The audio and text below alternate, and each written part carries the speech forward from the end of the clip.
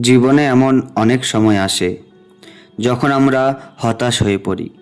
মনে হয় কেউ আমাদের বুঝছে না, সব পথ যেন বন্ধ হয়ে গেছে।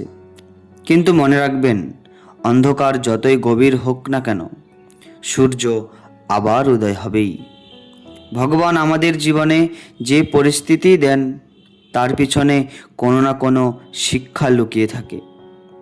কখনো কষ্টের মাধ্যমে তিনি আমাদের ধৈর্য শেখান, কখনো ব্যর্থতার মাধ্যমে আমাদের অহংকার দূর করেন, আবার কখনো অপেক্ষার মাধ্যমে বিশ্বাসকে শক্তিশালী করেন।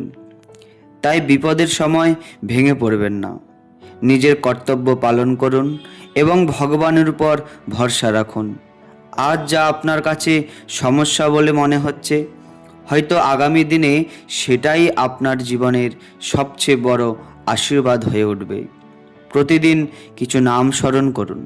ভগবানের নাম মনকে শান্ত করে, হৃদয়কে পবিত্র করে এবং জীবনে নতুন শক্তি জাগিয়ে তোলে। যখনই মন খারাপ হবে, একবার আন্তরিকভাবে মন থেকে বলুন, হরে কৃষ্ণ কৃষ্ণ কৃষ্ণ হরে হরে, হরে রাম রাম রাম হরে হরে। মনে রাখবেন, ভগবান কখনো তার ভক্তকে ত্যাগ করে না। তাই আশা হারাবেন না, বিশ্বাস হারাবেন না, ধৈর্য ধরুন, প্রার্থনা করুন এবং জীবনে ভক্তিপথে এগিয়ে চলুন। হরে কৃষ্ণ।